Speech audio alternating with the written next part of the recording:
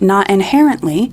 I think that the term parasocial relationship has a bit of a negative connotation right now. It's often associated with people who take that one-sided connection too far and start to act on behalf of the person that they have that connection with, sometimes in the form of harassing others on the internet, sometimes in the form of feeling obligated to buy things from that person that they don't actually want. We'll talk more about that kind of stuff later.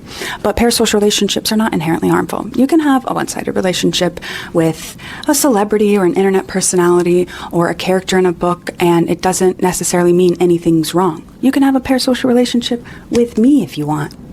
But here are some signs that perhaps the parasocial relationship.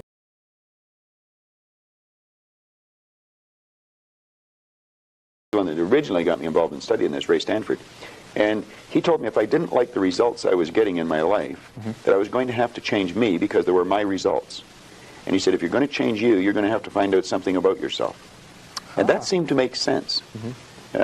I don't think it was an earth-shattering idea. It wouldn't give anybody a brain hernia, but it made a hell of a lot of sense to me. So I started to study myself. I found most people don't know who they are. They really don't.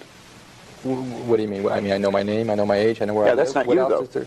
You know, that's just it. If you ask the average person who they are, they'll give you their name. They'll say, I'm Bob Proctor, but I'm not. Bob and Proctor are two words. My parents give them to me. They're called names, but it's not me. It's my name. Then somebody will say, well, this is me, but this isn't me either. It's my body. Like, you never phone down here to the studio and say, body won't be in today, it's sick. Okay. You know, we don't say am hand or am leg. It's my hand, my leg.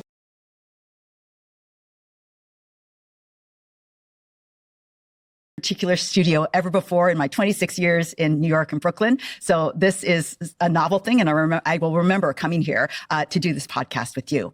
Our brains, and this is where it interacts with the attention system. Our attention system focuses on things that are novel. Why? Because it could be dangerous. If I've seen things over and over and over again, I don't notice them. They go into the background. It's not going to hurt me any. You know, it's not going to cause me any danger. Cliche. That's why cliche doesn't work in marketing. Exactly. Yeah.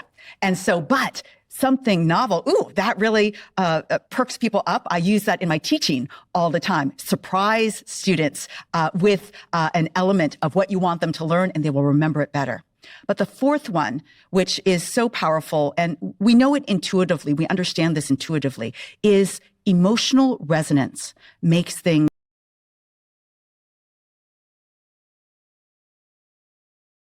afford to eat healthily anymore. I'm gonna have to start living on ramen because everything's gotten so expensive. Okay, money's looking really tight right now, so I'll pick up some extra hours at work and then I'll get another job to work every weekend. I just know I'm gonna be able to save up that extra £2,000 over the next few years so that I can finally buy myself that Louis Vuitton bag. Now let's dissect what's wrong with Lola's mindset and how it's actually digging her into a deeper hole. So Lola said that she wants to save as much money as she can into her bank account. But what nobody tells you is that money in a savings bank account is money wasted. Believe it or not, the rich stay rich by spending their money and moving it around constantly. They do not let it sit in a savings account far away that they don't touch, just letting that money collect dust. And this is due to something called inflation. If you have £10,000 saved away in a bank account somewhere, as the years go on, inflation rises and that £10,000 loses its value, meaning when you come back to it in a decade to spend it, it's not going to be worth nearly as much. So instead, the rich move their money and invest it into real estate.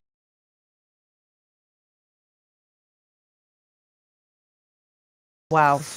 You brought a Bloomberg terminal printout to In case you ask me what companies have done well since tariffs, then I'll be prepared. It's beautiful. I just caught a glimpse of it, and that orange, that bright orange letter. It's very distinctive, isn't it? Yeah, you can't miss it. Yeah.